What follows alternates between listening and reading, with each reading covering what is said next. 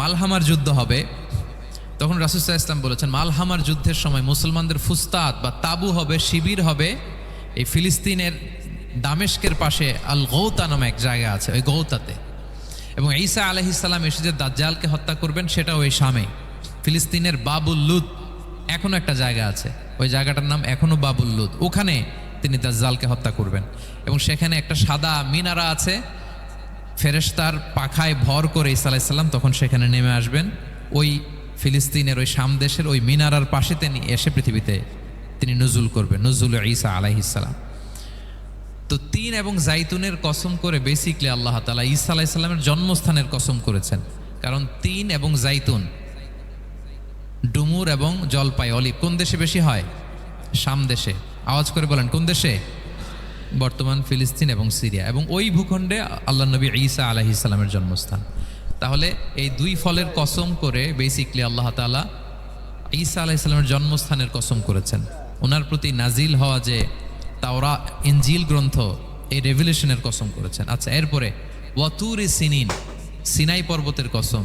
Sinai পর্বত বা তুর পাহাড় হচ্ছে মিশরে অবস্থিত, আর মিশর হচ্ছে মুসা আলাইহিস সালামের জন্মস্থান। কার জন্মস্থান? মুসা আলাইহিস সালামের জন্মস্থান। তাহলে ওয়াতুরি সিনিন, তুর পাহাড়ের কসম বুঝিয়ে আল্লাহ তাআলা মূলত মুসা আলাইহিস সালামের জন্মস্থানের কসম করেছেন, যেখানে তাওরাত নাজিল হয়েছে। এরপরে ওয়াহাদাল বালাদিল আমিন, এ নিরাপদ শহর বলে আল্লাহ তাআলা মক্কা শহরকে বুঝিয়েছেন। আর মক্কা কার জন্মস্থান বলেন তো? মুহাম্মদুর রাসূলুল্লাহ সাল্লাল্লাহু আলাইহি ওয়াসাল্লাম, সাইয়্যিদুল মুরসালিন, খাতামুন নবিয়্যিন, রাহমাতাল লিল আলামিন, হাবিবুল্লাহ মুহাম্মদুর রাসূলুল্লাহ সাল্লাল্লাহু আলাইহি ওয়াসাল্লামের জন্মস্থান। তাহলে এই চারটা আয়াতে, চারটা শপথের মধ্য দিয়ে মূলত আল্লাহ তাআলা ঈসা আলাইহিস সালামের জন্মস্থান, মুসা আলাইহিস সালামের জন্মস্থান এবং মুহাম্মদ সাল্লাল্লাহু আলাইহি ওয়াসাল্লামের জন্মস্থান, যেই তিনটা এলাকায়, ভূখণ্ডে তিনটা মেজর ওহী নাজিল হয়েছে। এক তো ঈসা আলাইহিস সালামের কাছে নাজিল হয়েছে ইনজিল কিতাব, আরেকটা হচ্ছে তাওরাত। তাওরাত এমন কিতাব যে কিতাব দিয়ে হাজার হাজার নবীরা ফয়সালা করেছেন। বনী ইসরাইলের অনেক নবীর উপর কোনো কিতাব নাজিল হয়নি, তার মানে তারা রসুল ছিলেন না, তারা নবী, তারা সবকিছু তাওরাত দিয়েই ফয়সালা করতেন। আর রাসূল সাল্লাল্লাহু আলাইহি ওয়াসাল্লামের উপর কোরআন নাজিল হয়েছে। তার মানে প্রথম চারটি শপথ দিয়ে বেসিকলি ইনজিলের শপথ, তাওরাতের শপথ এবং কোরআনের শপথ। বুঝতে পেরেছেন সবাই? শুরুতেই সূরাতুত তিনের কয়েকটা আয়াত তেলাওয়াত করেছি। এটা কালামুল্লাহ মাজিদের 95 নাম্বার সূরা। এই সূরাটা মক্কাতুল মুকাররমাতে নাজিল হয়েছে। এই সূরার আয়াত সংখ্যা 8টা।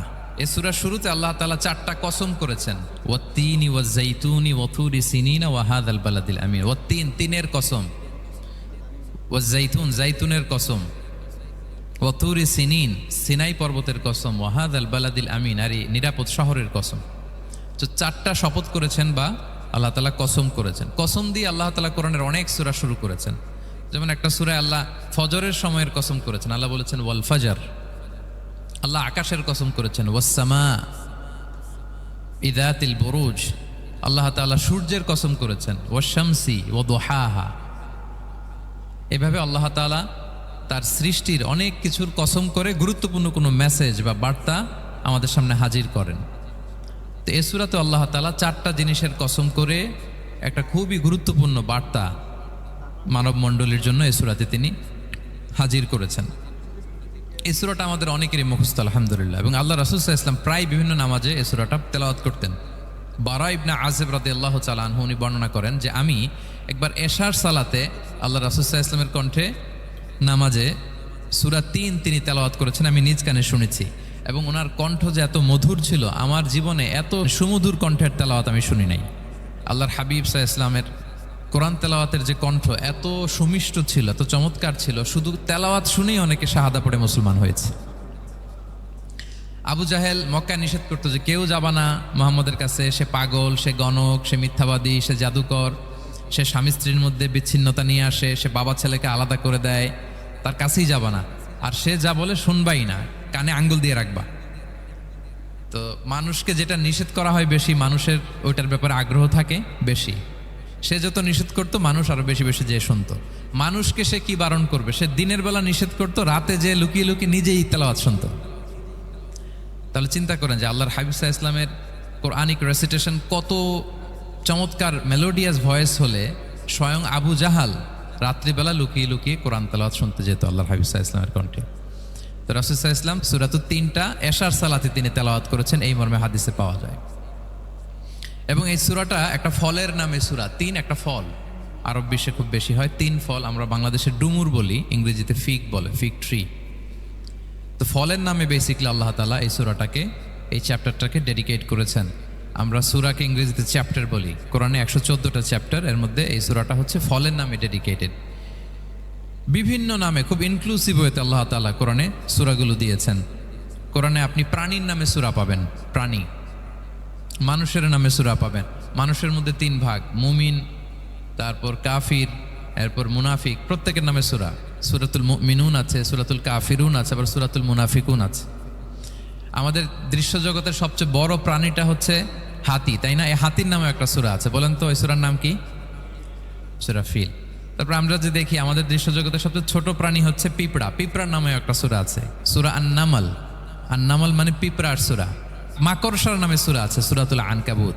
তারপর গোষ্ঠীর নামে সূরা আছে, সূরাতুল আলে ইমরান। বংশের নামে সূরা আছে, সূরাতুল কুরাইশ, কুরাইশ বংশের নামে সূরা। এইভাবে খুব ইনক্লুসিভ হয়েতে এমন কিছু নাই যে আল্লাহ তাআলা উল্লেখ করেন নাই। মা ফাররাতনা ফিল কিতাবি মিন শাই, উল্লেখ করে নাই কোরআনে এমন কিছু নাই, সব কিছু আল্লাহ তাআলা উল্লেখ করেছেন। তো এই সূরাটা হচ্ছে একটা ফলের নামে। ফলটার নাম হচ্ছে তিন ফল। আল্লাহ তাআলা বলছেন ওয়াত-তিন, তিনের শপথ। আমি একবার সরল বঙ্গানুবাদ করি, এরপর আমি তাফসিরে ঢুকি। তিনের শপথ। ওয়াজ-জাইতুন, জাইতুনের শপথ। ওয়াতুরি সিনিন, সিনাই পর্বতের শপথ। ওয়াহাদাল বালাদিল আমিন, এই নিরাপদ শহরের শপথ। লাকাদ খালাকনাল ইনসানা ফি আহসানি তাকওয়িম, নিশ্চয় আমি মানুষকে খুব চমৎকার সুন্দর অবয়বে সৃষ্টি করেছি। সুম্মা রাদাদনাহু আসফালা সাফিলিন, এরপরে তাকে আবার নিচু থেকে নিচুর দিকে নামিয়ে দিয়েছি। ইল্লাল্লাযীনা আমানু ওয়া আমিলুস সলিহাত, তবে তারা ছাড়া যারা ঈমান এনেছে এবং সৎকর্ম করেছে। ফালাহুম আজরুন গায়রু মামনুন, তাদের জন্য আছে অফুরন্ত পুরস্কার। ফামা ইউকাযযিবুকা বা'দু বিদ্দিন, এগুলো জানার পরও কিসে তোমাকে দিন অস্বীকারের ব্যাপারে উদ্বুদ্ধ করলো? আলাইসাল্লাহু বিআহকামিল হাকিমিন, আল্লাহ তাআলা কি শ্রেষ্ঠ বিচারক নন? সাদাকাল্লাহুল আযীম। এই হচ্ছে এই সূরাটির সরল অনুবাদ। এবার আমরা তাফসিরে ঢুকি। প্রথমে আল্লাহ তাআলা বলেছেন ওয়াত-তিন, তিনের শপথ। তিন মানে তো আমরা জানলাম, তিন মানে ডুমুর। আল্লাহর হাবিব সাল্লাল্লাহু আলাইহি ওয়াসাল্লাম তিনি তিন ফল পছন্দ করতেন, এবং এটা ডায়াবেটিক্সের জন্য ভালো, ডায়াবেটিক্স নিয়ন্ত্রণ করে। আমাদের বোনদের যাদের ইররেগুলার মেনস্ট্রুয়েশনাল পিরিয়ড হয়, এটার জন্য এটা খুব ভালো, এবং খুব স্ট্রেংথ, স্টেমিনা আনে শরীরে। এটা জান্নাতের একটা গাছ। আদম আলাইহিস সালাম এবং হাওয়া আলাইহিস সালামকে যখন আল্লাহ বলেছিল ওয়ালা তাকরাবা হাযিহিশ শাজারাতা ফাতাকুনা মিনায যালিমিন, আদম এবং হাওয়া জান্নাতের সব জায়গায় যেতে মন চায় যাও, যা খেতে মন চায় খাও, এই নিষিদ্ধ গাছের কাছে যেও না, তাহলে তোমরা জালিম হয়ে যাবে। শয়তান এসে উল্টা বুঝালো, সে বলল তোমাদের খেতে নিষেধ করছে কেন জানো? আল্লাহ চায় না যে তোমরা জান্নাতে থাকো, আল্লাহ চায় এখান থেকে তোমাদের বের করে দিবে, কিন্তু তোমরা যদি এই গাছের ফল খাও আল্লাহ আর বের করতে পারবে না। দেখছেন শয়তানের অবস্থা? শয়তান কিন্তু নেগেটিভিটি নিয়ে সামনে আসে না, আসে খুব আপনার ওয়েল উইশার হিসেবে, উপদেশ নিয়ে, খুব ভালো একটা পজিটিভ ওয়েতে আসে। তো ওনারা খেয়ে ফেললেন এই নিষিদ্ধ গাছের ফল। খাওয়ার ফলে আদম আলাইহিস সালাম, হাওয়া আলাইহিস সালাম, ওনাদের গা থেকে জান্নাতের পোশাকগুলো ঝরে পড়ে গেল। এখন কি দিয়ে ওনারা ওনাদের প্রাইভেটকে ঢাকবেন? তখন ওনারা, তাফসির ফি জিলালিল কোরআনে এসেছে যে ওনারা এই তিন গাছের পাতা নিয়ে নিজেদের প্রাইভেট ঢেকেছিলেন। সুবহানাল্লাহ।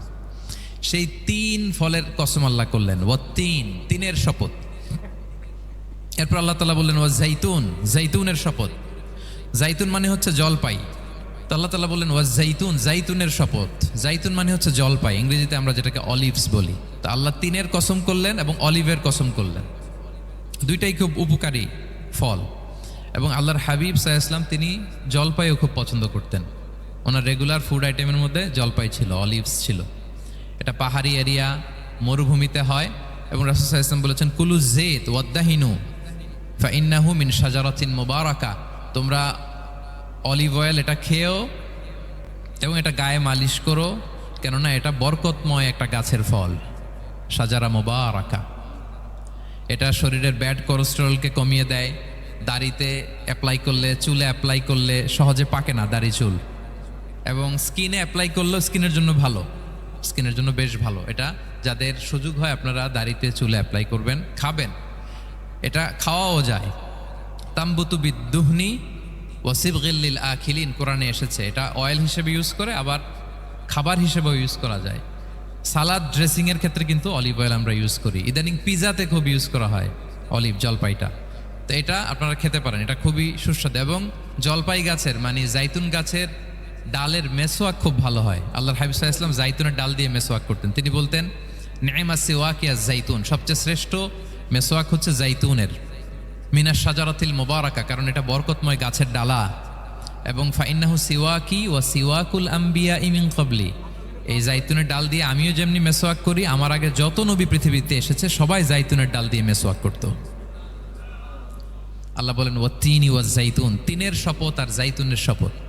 এরপর আল্লাহ তাআলা বললেন ওয়াতুরি সিনিন, সিনাই পর্বতের শপথ। প্রথমে দুইটা ফলের শপথ করলেন, এবার একটা পাহাড়ের শপথ করতেছেন। আপনারা কি তুর পাহাড়ের নাম শুনেছেন? হ্যাঁ শুনেছেন। এই সিনাই পর্বত দ্বারা তুর পাহাড় উদ্দেশ্য। এটা মিশরের একটা পাহাড়, অনেক উঁচু, 2285 মিটার উঁচু। ওইটার নিচে আছে মুকাদ্দাসে তুয়া, যেখানে মুসা আলাইহিস সালামকে আল্লাহ তাআলা জুতা খুলতে বলেছিলেন, ফাখলা না আলাইকা ইন্নাকা বিল ওয়াদিল মুকাদ্দাসে তুয়া, হে মুসা তুমি পবিত্র উপত্যকায় এসেছো, জুতা খুলো। তো ওখানে সব ধর্মের লোকেরা যায়, সব ধর্মের লোকদের জন্য তীর্থস্থান, মুসলিম, জুইশ, খ্রিস্টিয়ান সবাই যায়। এটা সিনাই একটা এলাকা আছে মিশরের, north south Sinai, north Sinai, এটা সাউথ সিনাইতে অবস্থিত। তো নিচে একটা খ্রিস্টানদের প্রাচীন গির্জা আছে, সেন্ট ক্যাথেরিনা গির্জা। সেখান থেকে চলতে চলতে আপনাকে উপরে যেতে হবে, ফজরের পরে আবার চলে আসতে হবে, তা না হলে দুপুরবেলায় 10টা-11টার দিকে এমন সূর্যের প্রখর তাপ ওই পাথরের মধ্যে লাগে, ওখানে আর থাকা যায় না। একেবারে তুর পাহাড়ের উপরে সেখানে খ্রিস্টানদের জন্য ছোট্ট একটা সেনাগোগ আছে, তারা প্রার্থনা করে। খ্রিস্টানদের একটা চার্চ আছে, মুসলিমদের জন্য ছোট্ট একটা মুসল্লা আছে সুরাওয়ের মতো। আল্লাহ ওই সিনাই উপত্যকার কসম করেছেন, ওয়াতুরি সিনিন, সিনাই উপত্যকার কসম। এখানেই আল্লাহ তাআলা মুসা আলাইহিস সালামকে তাওরাত দিয়েছিলেন, মেজর একটা আসমানি কিতাব দিয়েছিলেন, এবং সরাসরি মুসা আলাইহিস সালাম এই পাহাড়ের চূড়ায় বসে আল্লাহ তাআলার সাথে কথা বলতেন। ওয়াকাল্লামাল্লাহু মুসা তাকলিমা, উনি সরাসরি কথা বলতেন, এটা ওনার একটা স্পেশাল বৈশিষ্ট্য ছিল, ক্যারেক্টারিস্টিক্স। এবং আল্লাহ তাআলা নূরের তাজাল্লি দিয়ে এই পাহাড়কে একবার জ্বালিয়ে দিয়েছিলেন। আজও এই পাহাড়ের রংটা অনেকটা একটু লালচে, একটু কালোচে, একটু রেডিশ কালারের। এবং মুসা আলাইহিস সালাম এই নূরের তাজাল্লির ঝলকে তিনি বেহুশ হয়ে গিয়েছিলেন এই পাহাড়ের উপরে। ইয়াজুজ মাহাজুজ যখন কিয়ামতের আগে আগমন করবে, তখন মুসলমানদের সেন্টার হবে। ঈসা আলাইহিস সালাম মুসলমানদেরকে নিয়ে ওইখানে অবস্থান করবেন, এই তুর পাহাড়ের ওখানে। এবং আল্লাহর হাবিব সাল্লাল্লাহু আলাইহি ওয়াসাল্লামের মেরাজের রাতে ইসরার সময় একটা স্টেশন ছিল এই তুর পাহাড়। জিবরাইল আলাইহিস সালাম এই তুর পাহাড়ে আল্লাহর হাবিব সাল্লাল্লাহু আলাইহি ওয়াসাল্লামকে নামিয়ে বলেছিলেন যে এটা জাবাল মুসা, আপনার ভাই মুসার পাহাড়, আপনি এখানে 2 রাকাত নামাজ পড়েন, দোয়া করেন। আল্লাহর হাবিব সাল্লাল্লাহু আলাইহি ওয়াসাল্লাম এই তুর পাহাড়ে 2 রাকাত সালাত আদায় করেছিলেন এবং দোয়া করেছিলেন। আল্লাহ এই তুর পাহাড়ের কসম কাটলেন, ওয়াতুরি সিনিন, সিনাই পর্বতের কসম, যেখানে তাওরাত কিতাব নাজিল হয়েছিল। এরপর আল্লাহ তাআলা বললেন ওয়াহাদাল বালাদিল আমিন, আর এই নিরাপদ শহরের শপথ।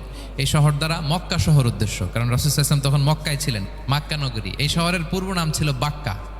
মক্কা নগরীকে বলা হয় উম্মুল কুরা, সব শহরের মা, সব শহরের সেন্টার, পৃথিবীর নাভিস্থল।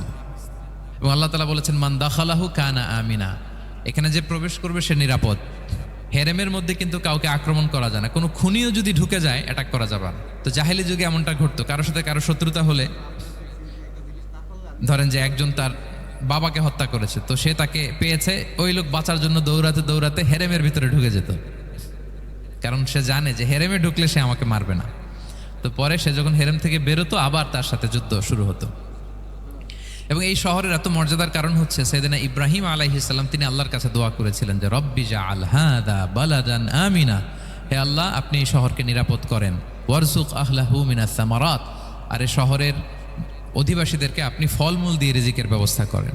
এখনো দেখবেন যে সারা পৃথিবীতে যেই ফল নাই, মক্কাতে ওই ফল আছে। সারা পৃথিবী থেকে ফল ওখানে যায়। এবং মক্কার নেইবরিং সিটি তায়েফ, সেখানে অনেক ফল উৎপাদিত হয়, এখানে আসে। নিরাপদ শহর বালাদান আমিনা। এবং আল্লাহর হাবিব সাল্লাল্লাহু আলাইহি ওয়াসাল্লাম বলেছেন যে এই মক্কা শহর আমার সবচাইতে প্রিয় শহর। বাধ্য হয়ে তিনি যখন হিজরত করলেন মদিনায়, সেদিন বারবার তিনি মক্কার দিকে পেছনে ফিরে ফিরে তাকান, আর কেঁদে কেঁদে তিনি বলতেছিলেন যে মাক্কাতু আহাব্বুল বিলাদ ইলাইয়া, মক্কা আমার কাছে সবচেয়ে প্রিয় নগরী। লাউলা উখরিজতু লামা খারাজতু, আমাকে যদি জোর করে বের করে দেয়া না হতো, আমি কোনোদিন মক্কা ছেড়ে অন্য কোথাও যেতাম না। আল্লাহর হাবিব সাল্লাল্লাহু আলাইহি ওয়াসাল্লামের সবচেয়ে প্রিয় শহর ছিল মক্কা, এবং এটা আল্লাহর হাবিব সাল্লাল্লাহু আলাইহি ওয়াসাল্লামের জন্মস্থান, মাকান মাউলিদির রাসূল। রাসূল সাল্লাল্লাহু আলাইহি ওয়াসাল্লামের বিলাদাত হয়েছে এই শহরে।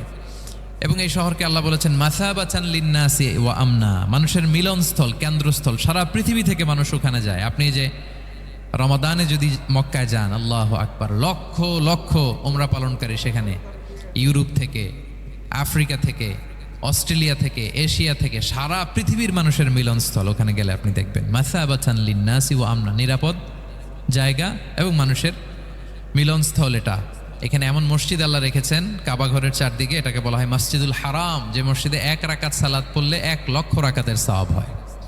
আল্লাহর ঘরকে কেন্দ্র করে তাওয়াফের নির্দেশ দেওয়া হয়েছে, ওয়ালিয়াত তাওয়াফু বিল বাইতিল আতিক। পৃথিবীর কোনো ঘরকে তাওয়াফ করা যায় না, কোনো ঘরকে, এই একটা মাত্র ঘর যেটাকে এর চারদিকে এরকম তাওয়াফ করা যায়। তাহলে এই পবিত্র ঘর, পবিত্র মসজিদ যেই শহরে অবস্থিত, সেই শহরের কসম আল্লাহ করেছেন। আল্লাহ বললেন ওয়াহাদাল বালাদিল আমিন, এই নিরাপদ শহরের কসম, মানে মক্কা শহরের কসম। আমরা আপাত দৃষ্টিতে আমাদের কাছে মনে হচ্ছে দুইটা ফলের কসম, একটা পাহাড়ের কসম, একটা নগরীর কসম। আসলে বেসিকলি আল্লাহ তাআলা এই 4টা শপথ দিয়ে 3 নবীর জন্মস্থান, 3 নবীর নবুয়তের কসম করেছেন। কিভাবে সেটা আমি মিলিয়ে দেই। এই যে প্রথমে যে আল্লাহ বলেছেন ওয়াত্তিনি ওয়া জাইতুন, 3 এবং জাইতুনের কসম। পৃথিবীতে সবচেয়ে বেশি 3 এবং জাইতুন কোথায় উৎপন্ন হয় জানেন? ফিলিস্তিনে। কোথায়? শাম দেশে, যেটা হাদিসের পরিভাষায় বলা হয় শাম, বর্তমান ফিলিস্তিন এবং সিরিয়া মিলে।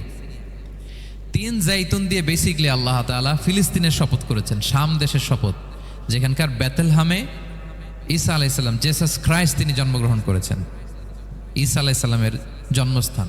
তাহলে 3 জাইতুনের শপথের মাধ্যমে মূলত আল্লাহ তাআলা ঈসা আলাইহিস সালামের জন্মস্থানের শপথ করেছেন, কারণ সেখান থেকে ওহী বিচ্ছুরিত হয়েছে, ওনার কাছে ইনজিল নাজিল হয়েছিল।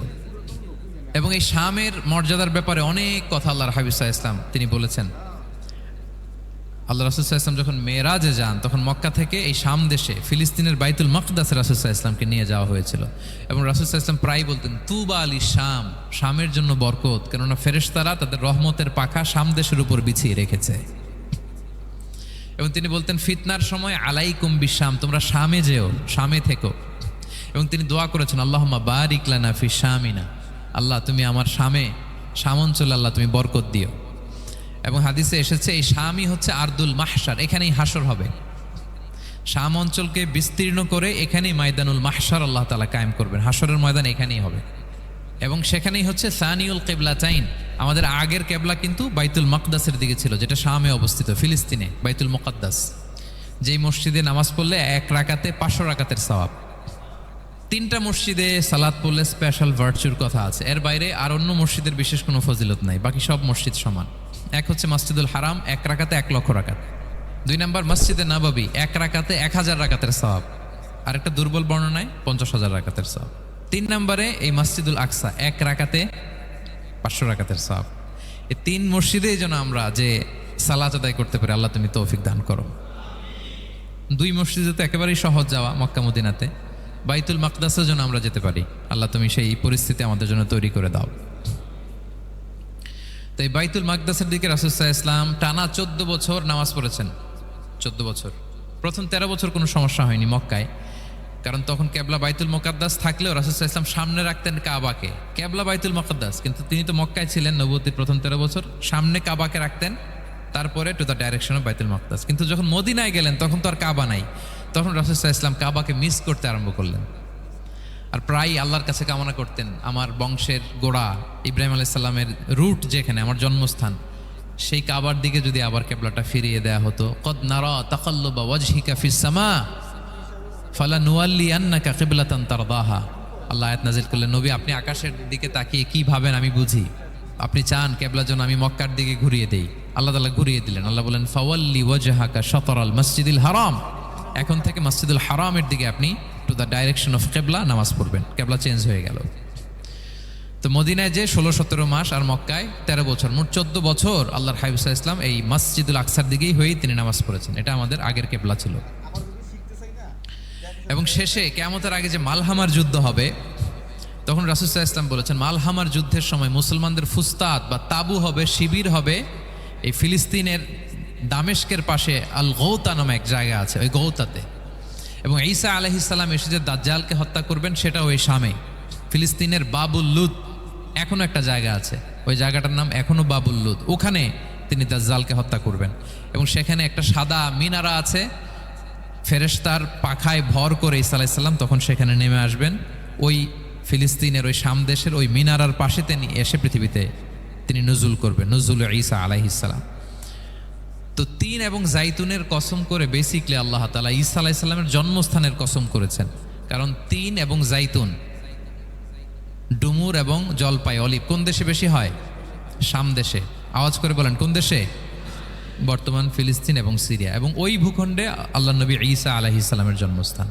তাহলে এই দুই ফলের কসম করে বেসিকলি আল্লাহ তাআলা ঈসা আলাইহিস সালামের জন্মস্থানের কসম করেছেন। ওনার প্রতি নাজিল হওয়া যে তাওরা ইনজিল গ্রন্থ, এই রেভেলেশনের কসম করেছেন। আচ্ছা, এরপরে ওয়াতুরি সিনিন, সিনাই পর্বতের কসম। সিনাই পর্বত বা তুর পাহাড় হচ্ছে মিশরে অবস্থিত, আর মিশর হচ্ছে মুসা আলাইহিস সালামের জন্মস্থান। কার জন্মস্থান? মুসা আলাইহিস সালামের জন্মস্থান। তাহলে ওয়াতুরি সিনিন, তুর পাহাড়ের কসম বুঝিয়ে আল্লাহ তাআলা মূলত মুসা আলাইহিস সালামের জন্মস্থানের কসম করেছেন, যেখানে তাওরাত নাজিল হয়েছে। এরপরে ওয়াহাদাল বালাদিল আমিন, এ নিরাপদ শহর বলে আল্লাহ তাআলা মক্কা শহরকে বুঝিয়েছেন। আর মক্কা কার জন্মস্থান বলেন তো? মুহাম্মদুর রাসূলুল্লাহ সাল্লাল্লাহু আলাইহি ওয়াসাল্লাম, সাইয়্যিদুল মুরসালিন, খাতামুন নবিয়্যিন, রাহমাতাল লিল আলামিন, হাবিবুল্লাহ মুহাম্মদুর রাসূলুল্লাহ সাল্লাল্লাহু আলাইহি ওয়াসাল্লামের জন্মস্থান। তাহলে এই চারটা আয়াতে, চারটা শপথের মধ্য দিয়ে মূলত আল্লাহ তাআলা ঈসা আলাইহিস সালামের জন্মস্থান, মুসা আলাইহিস সালামের জন্মস্থান এবং মুহাম্মদ সাল্লাল্লাহু আলাইহি ওয়াসাল্লামের জন্মস্থান, যেই তিনটা এলাকায়, ভূখণ্ডে তিনটা মেজর ওহী নাজিল হয়েছে। এক তো ঈসা আলাইহিস সালামের কাছে নাজিল হয়েছে ইনজিল কিতাব, আরেকটা হচ্ছে তাওরাত। তাওরাত এমন কিতাব যে কিতাব দিয়ে হাজার হাজার নবীরা ফয়সালা করেছেন। বনি ইসরাইলের অনেক নবীর উপর কোনো কিতাব নাজিল হয়নি, তার মানে তারা রসুল ছিলেন না, তারা নবী। তারা সবকিছু তাওরাত দিয়েই ফয়সালা করতেন। আর রাসূল সাল্লাল্লাহু আলাইহি ওয়াসাল্লামের উপর কোরআন নাজিল হয়েছে। তার মানে প্রথম চারটি শপথ দিয়ে বেসিকলি ইনজিলের শপথ, তাওরাতের শপথ এবং কোরআনের শপথ। বুঝতে পেরেছেন সবাই? আল্লাহ ওহির শপথ করেছেন। দেখেন, ফল, পাহাড়, নগরী মাড়িয়ে সারা পৃথিবী ঘুরিয়ে আপনাদেরকে শেষ পর্যন্ত ইনজিল, তাওরাত এবং কোরআনে নিয়ে আসছেন। আমার সাথে আসছেন? হ্যাঁ, এই রেভেলেশনের শপথ আল্লাহ করেছেন। তাহলে ওয়াত্তিনি ওয়াজাইতুনি ওয়াতুরি সিনিনা ওয়া হাদাল বালাদিল আমিন, এই চার আয়াতে চারটা শপথের মধ্য দিয়ে মূলত আল্লাহ তাআলা আসমান থেকে নাজিল হওয়া যে ওহী, এই ওহীর শপথ অথবা ওহী যেই ভূখণ্ডে নাজিল হয়েছে সেই ভূখণ্ডগুলোর শপথ করে আল্লাহ একটা গুরুত্বপূর্ণ কথা বলবেন। সেটা কি? আল্লাহ তাআলা বললেন, লাকাদ খালাকনাল ইনসানা ফি আহসানি তাকওয়িম, আর আমি মানুষকে অত্যন্ত চমৎকার অবয়বে সৃষ্টি করেছি, চমৎকার গঠনে, চমৎকার স্ট্রাকচারের, ডিজাইনে সৃষ্টি করেছি।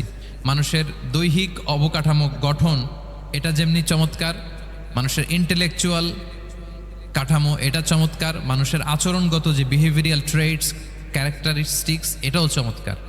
প্রত্যেক দিক থেকে আল্লাহ তাআলা নান্দনিকভাবে মানুষকে তিনি তৈরি করেছে। আমরা যদি দেহের কথা বলি, হিউম্যান অ্যানাটমি নিয়ে যাদের ধারণা আছে, আপনি শুনলে অবাক হবেন এত জটিলভাবে আমাদের দেহটা ফাংশন করে।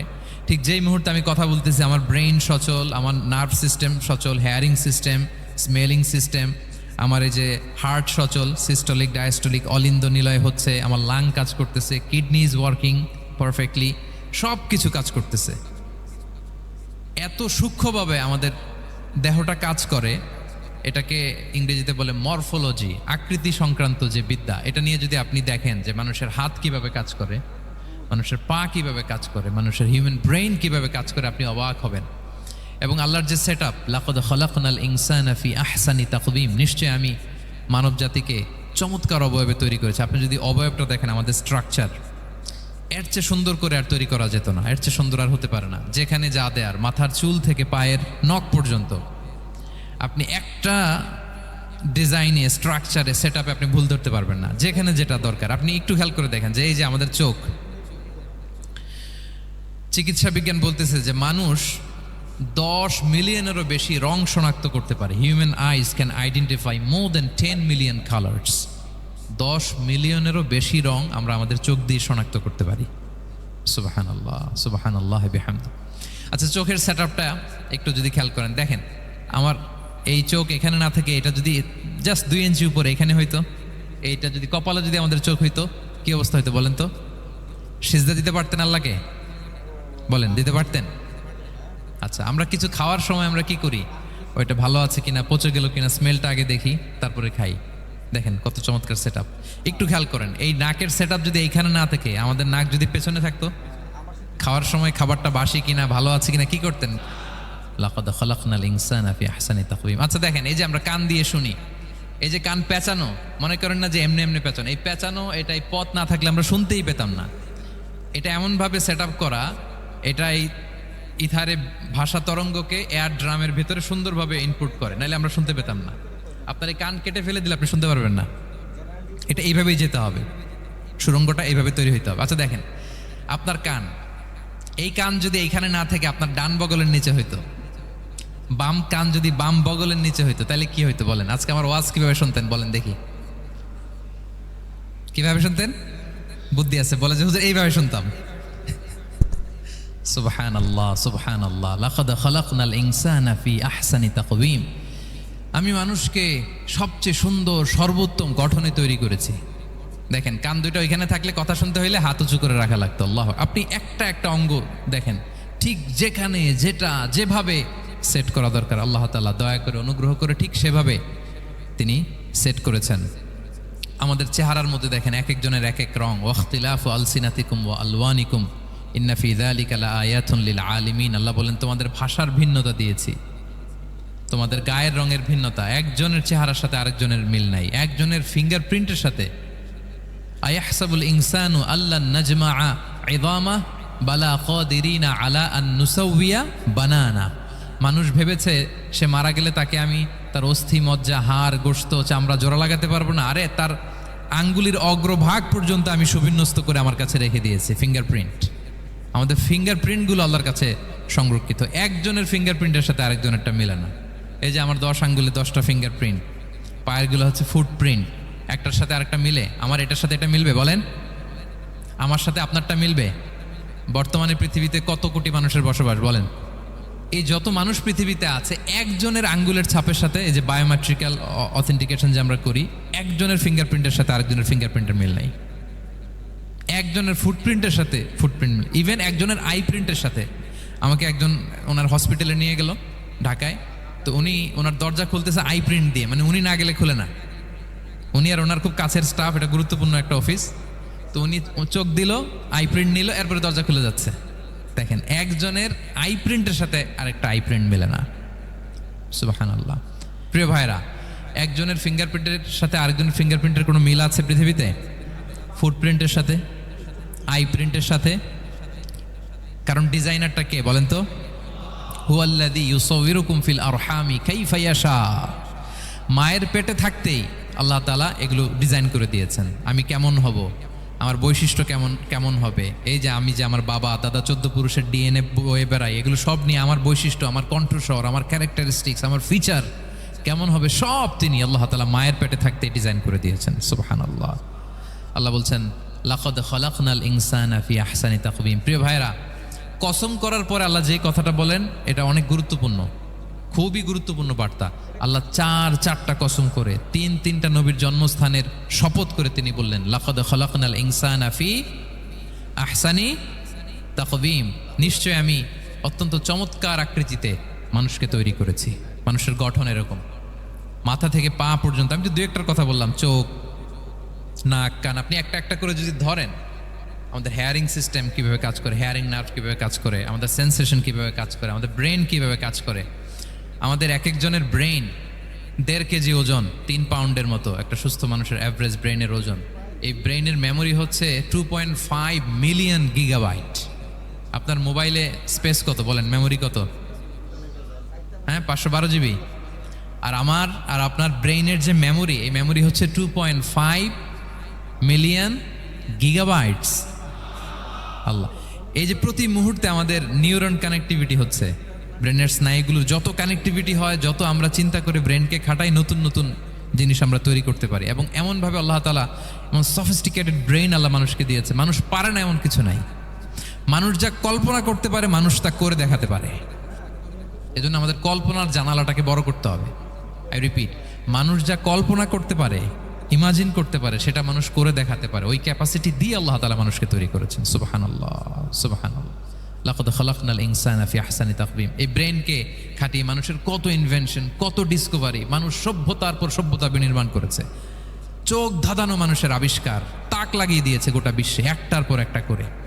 আল্লাহ এমনভাবে মানুষকে তিনি তৈরি করেছেন, লাকাদ খালাকনাল ইনসানা ফি আহসানি তাকওয়িম, চমৎকার অবয়বে। তার দৈহিক অবয়ব যেমনি সুন্দর, তার বুদ্ধিগত, তার চিন্তাগত, তার ইন্টেলেক্ট এটাও তেমন সুন্দর, এটাও তেমন চমৎকার। পৃথিবীর কোনো প্রাণীকে আল্লাহ তাআলা এরকম হিউম্যান ব্রেনের মতো এরকম সফিস্টিকেটেড ব্রেন দিয়ে, ইন্টেলেক্ট দিয়ে তৈরি করেনি।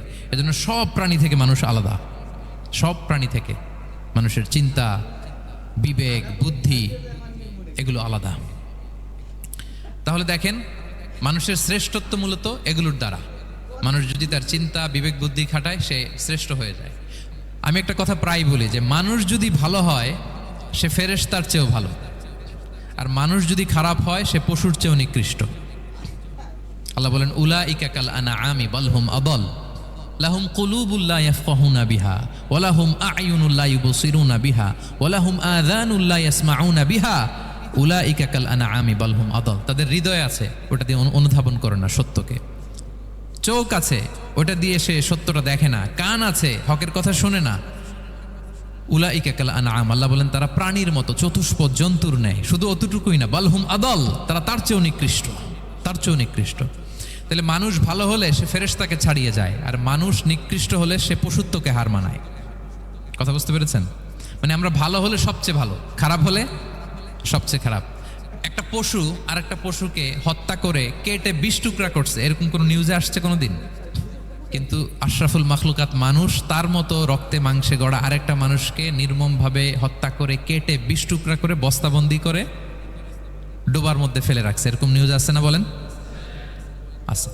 মানুষ তার মতো একটা মানুষকে নির্মমভাবে হত্যা করে, এরকমও তো আছে যে কেরোসিন দিয়ে তার মতো আরেকটা মানুষকে সে জ্বালিয়ে দিয়েছে, আছে না নাই বলেন? গ্রামের পর গ্রাম জ্বালিয়ে দেয়, জনপদের পর জনপদ ধ্বংস করে দেয়, বোমা মেরে শহর উড়িয়ে দেয়। লিটল বয় মেরেছিল আমেরিকান সোলজাররা জাপানের হিরোশিমা শহরের উপর। আমি হিরোশিমা তো গত বছর ভিজিট করে আসলাম, আমি নিজে দেখে এসেছি যে এখানে বোমটা মেরেছে। মুহূর্তের মধ্যে পুরো শহর ভ্যানিশ, এমন রেডিয়েশন। তো যেই আমেরিকান পাইলট বোমা মারতেছে সেও মানুষ, সেও কি? আর যাদেরকে ধ্বংসের জন্য এই লিটল বয় মারলো হিরোশিমাতে আর ফ্যাটম্যান মারলো নাগাসাকিতে, এরাও কি? তাহলে দেখেন, মানুষ তার মতো আরেকটা মানুষকে এরকম মেরে টুকরো টুকরো কুচি কুচি করতে সে দ্বিধাবোধ করে না। আল্লাহ, মানুষ গণহত্যা চালায়, জেনোসাইড। এই যে আমাদের বাংলাদেশে তো কিছুদিন আগে হলো গণহত্যা, হেলিকপ্টার থেকে গুলি করে বাচ্চা মেরে ফেলতেছে। কার বাচ্চা, কার কলিজার টুকরা সন্তান, ডোন্ট কেয়ার। জনগণের টাকায়, ট্যাক্সের টাকায় কেনা বুলেট, হেলিকপ্টার দিয়ে জনগণকে, ছাত্রদেরকে হত্যা করা হয়েছে। দেখেন, সেও মানুষ। যারা হত্যা করতেছে, গণহত্যা, জেনোসাইড চালিয়েছে, তারাও মানুষ। তাহলে মানুষ যদি খারাপ হয়, মানুষের চেয়ে খারাপ আর কেউ হয়? আর মানুষ ভালো হলে মানুষের চেয়ে ভালো কেউ হতে পারে? মানুষ এমন জায়গায় যেতে পারে যেখানে ফেরেশতারাও যেতে পারে না। জিবরাইল আলাইহিস সালামের যাওয়ার সীমানা যেখানে শেষ, মুহাম্মদ সাল্লাল্লাহু আলাইহি ওয়াসাল্লামের ঊর্ধ্ব জগতের কাহিনী সেখান থেকে শুরু। আল্লাহু আকবার। তাহলে মানুষ ভালো হলে ফেরেশতাকে ছাড়ায়, মানুষ খারাপ হলে পশুত্বকে হার মানায়। So the decision is yours. রাস্তা দুইটা, আপনি কোন দিকে যাবেন? আপনি কি ডান দিকে জান্নাতের পথে যাবেন নাকি বাঁ দিকে জাহান্নামের পথে যাবেন? সিদ্ধান্ত আপনার। আল্লাহ তাআলা বললেন, লাকাদ খালাকনাল ইনসানা ফি আহসানি তাকওয়িম, আমি মানুষকে চমৎকার আকৃতিতে তৈরি করেছি। হাতের মেকানিজম কি, পায়ের মেকানিজম কি, আমার চেয়ে আপনারা ভালো জানেন। এগুলো ঘন্টার পর ঘন্টা আপনি বলতে পারবেন যে কেমন ভাবে আল্লাহ তাআলা তৈরি করেছেন। আল্লাহ বলেন, মানুষকে আমি অত্যন্ত চমৎকার আকৃতি দিয়ে তৈরি করেছি। তার সৃষ্টিগত কাঠামো, তার বুদ্ধিবৃত্তিক কাঠামো, তার চিন্তাগত কাঠামো, তার আচরণগত কাঠামো, তার নৈতিকতায় তাকে এমন উচ্চ মর্যাদার আসন আমি দিয়েছি, এটা যদি সে অ্যাচিভ করে, বিলং করে, তাহলে তার চেয়ে শ্রেষ্ঠ কেউ আর হতে পারে। কিন্তু আল্লাহর দেয়া এই ক্যাপাসিটিগুলো, এই নেয়ামাগুলো যদি সে অ্যাকসেপ্ট না করে, সে যদি পশুত্বের পথে হাঁটে, সে যদি শয়তানের দেখানো পথে হাঁটে, তাহলে সে এত নিচে যাবে, অন্য কেউ আর এত নিচে যেতে পারে না। মানুষ যত নিচে যেতে পারে, ফেরেশতারাও অত নিচে যেতে পারবে না, জিন জাতিও পারবে না, কোনো প্রাণীর পক্ষে যাওয়া সম্ভব না। তাহলে মানুষকে আল্লাহ তাআলা এমন সফিস্টিকেটেড ওয়েতে তৈরি করেছেন, চাইলে সে সবার উপরে যেতে পারে, আবার চাইলে আল্লাহর দেয়া নেয়ামতগুলোকে যদি সে ভিন্ন খাতে প্রবাহিত করে, সে সবচেয়ে নিকৃষ্ট হতে পারে। সেটাই আল্লাহ বললেন, সুম্মা রাদাদনাহু আসফালা সাফিলিন, এরপরে তাকে আমি হীন থেকে হীনতর করেছি, নিচ থেকে আরো নিচে নিয়েছি।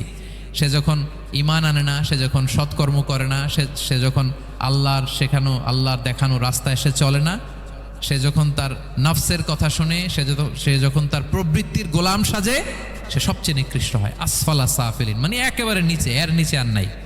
আল্লাহ বলেছেন ইন্নাল মুনাফিকিনা ফিদ দারকিল আসফালি মিনান নার, সেখানে আল্লাহ আসফাল বলেছেন। মুনাফিকরা জাহান্নামের একেবারে তলদেশে থাকবে। তাই মানুষ যদি ঈমান আর সৎকর্মের বলে বলিয়ান না হয়, সে এত খারাপ হয়, কেউ এত নিচে যেতে পারে না। বলেন, মানুষ যত নিচে যেতে পারে, জিন তত নিচে যেতে পারবে? ফেরেশতারা পারবে না। আর মানুষ যত উপরে যেতে পারে, ফেরেশতারা এত উপরে যেতে পারবে না। সো দুইটারই সুযোগ আপনার আছে।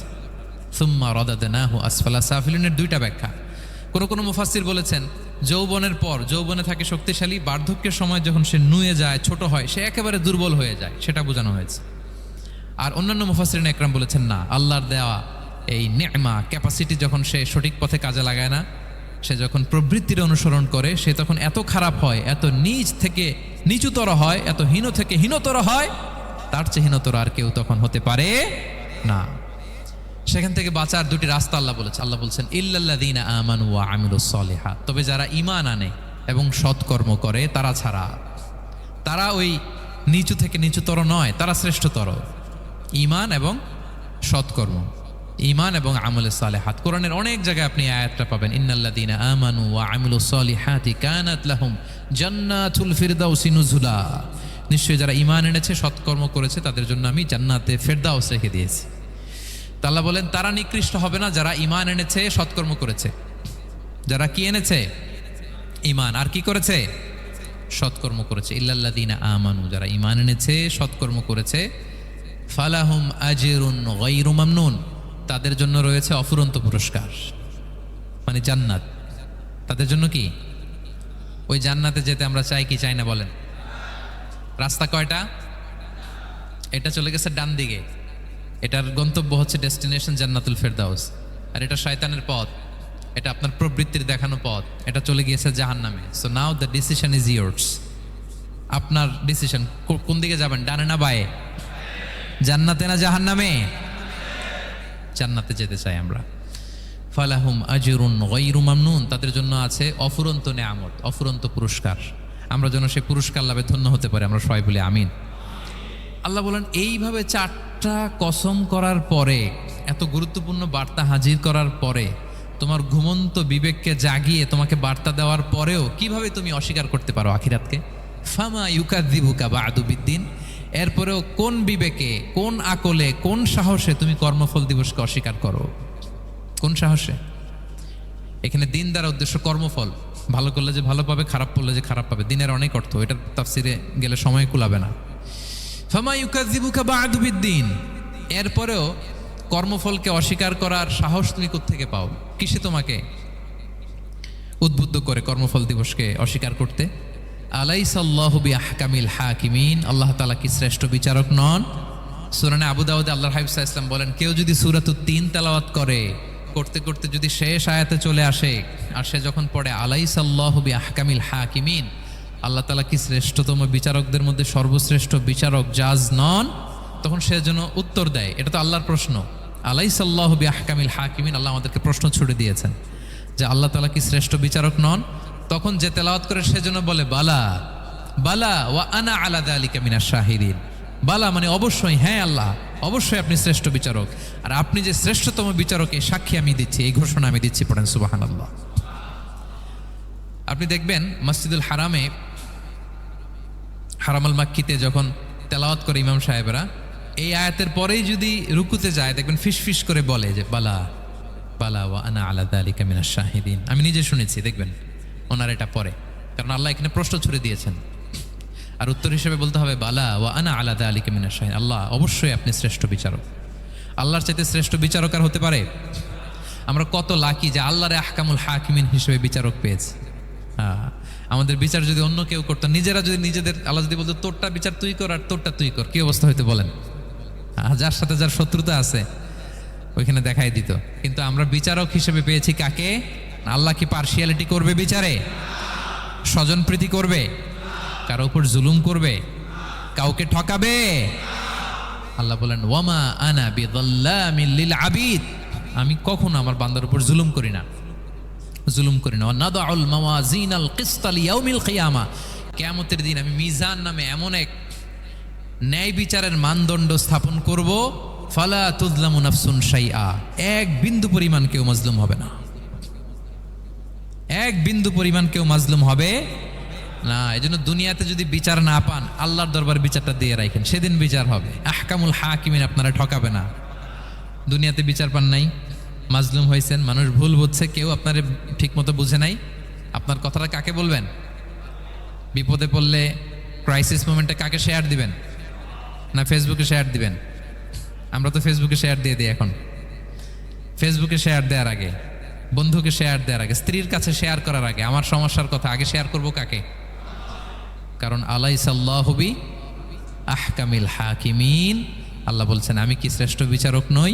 বালা বালা ইয়া রব ওয়া আনা আলা যালিকা মিনাশ শাহিদিন, অবশ্যই আল্লাহ আপনি শ্রেষ্ঠ বিচারক।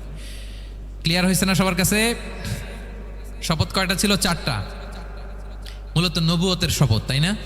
নবুয়ত আমাদের জন্য সবচাইতে বড় নেয়ামত। কারণ নবীরা যদি আমাদেরকে এই তথ্যগুলো না দিতেন, আমরা জান্নাত জাহান্নাম চিনতাম? ভাইরা বলেন তো, আখেরাত চিনতাম? এই যে আখেরাত হবে, পুলসিরাত হবে, day of judgement, day of accountability, আল্লাহর সুপ্রিম কোর্টের কাঠ গড়ায় পাই টু পাই হিসাব দিতে হবে, নবীরা না এসে বললে আমরা এত বুঝতাম না। নবীরা জান্নাত জাহান্নাম চিনিয়েছে, আল্লাহর বিশদ পরিচয় আমাদের সামনে তুলে ধরেছে, আখিরাতের পরিচয়, লাইফ আফটার ডেথ কিরকম হবে, সবকিছু আমাদের কাছে তুলে ধরেছে। সো নবুয়ত আল্লাহ তাআলার পক্ষ থেকে অনেক বড় নেয়ামত। 2 নম্বর নেয়ামত হচ্ছে আল্লাহ তাআলা আমাদেরকে যে ক্যাপাসিটি দিয়েছে, বুদ্ধিমত্তা, ইন্টেলেক্ট, বিচার বিশ্লেষণ, যেটা দিয়ে আমরা অন্যান্য সব প্রাণী থেকে আলাদা, এটাও আল্লাহর বড় নেয়ামত। এই নেয়ামতের শুকরিয়া যেন আমরা করি। এবং আমি যেটা বলেছি, মানুষ যেটা কল্পনা করতে পারে সেটা সে করেও দেখাতে পারে। সো আল্লাহ তাআলা যাকে যেই কোয়ালিটি দিয়েছে, ক্যাপাসিটি দিয়েছে, আমরা যেন এই নেয়ামতের শুকরিয়া করি। নেয়ামতের শুকরিয়া করলে এই নেয়ামত দেওয়ার ধারাবাহিকতা এটা বাড়িয়ে দেয় কে? লা ইন শাকারতুম লা আযীদান্নাকুম ওয়া লা ইন কাফারতুম ইন্না আযাবি লাশাদীদ। শুকরিয়া করলে নেয়ামত আরো বাড়িয়ে দেব। তাহলে প্রথম নেয়ামত ছিল নবুয়ত, প্রফেটহুড, প্রফেসি, এটা অনেক বড় নেয়ামত। এই রেভেলেশন এসে আমাদেরকে এনলাইটেন করেছে। তা না হলে আমাদের গডকে, গডের ফিচার কি, আখেরাত কি, জান্নাত কি, জাহান্নাম কি, the concept of punishment, concept of আখেরা, কিছুই আমরা ভালোভাবে বুঝতাম না। এটার শপথ আল্লাহ করেছেন। আল্লাহ আমাদেরকে নেয়ামত দিয়েছেন, ক্যাপাসিটি দিয়েছেন, সক্ষমতা দিয়েছেন, সবচাইতে সফিস্টিকেটেড ব্রেন দিয়ে তৈরি করেছেন, এটা একটা বড় নেয়ামত। এবং রাস্তা দেখিয়ে দিয়েছেন, হয় ডানে নয় বায়ে। এবং তিনি আশ্বাস দিয়েছেন যে তোমাদেরকে সঠিক ফায়সালার মাধ্যমে বিচার করা হবে সেদিন। তাই আমাদের বিপদে আপদে সবসময় আমরা যেন ফরিয়াদ করি এক মহান সত্তার কাছে। বলুন তো আওয়াজ করে, তিনি কে? আল্লাহর কাছে যেন আমরা ফরিয়াদ করি। আল্লাহ তাআলা আমাদের সবাইকে কথাগুলো বুঝা আর আমল করার তৌফিক দান করুক। হাযা মা ইনদি ওয়াল ইলমু ইনদাল্লাহি আলাইহি তাওয়াক্কালতু ওয়া ইলাইহি উনীব। সুবহানাকাল্লাহুম্মা ওয়া বিহামদিকা আশহাদু আল্লা ইলাহা ইল্লা আনতা আস্তাগফিরুকা ওয়া আতুবু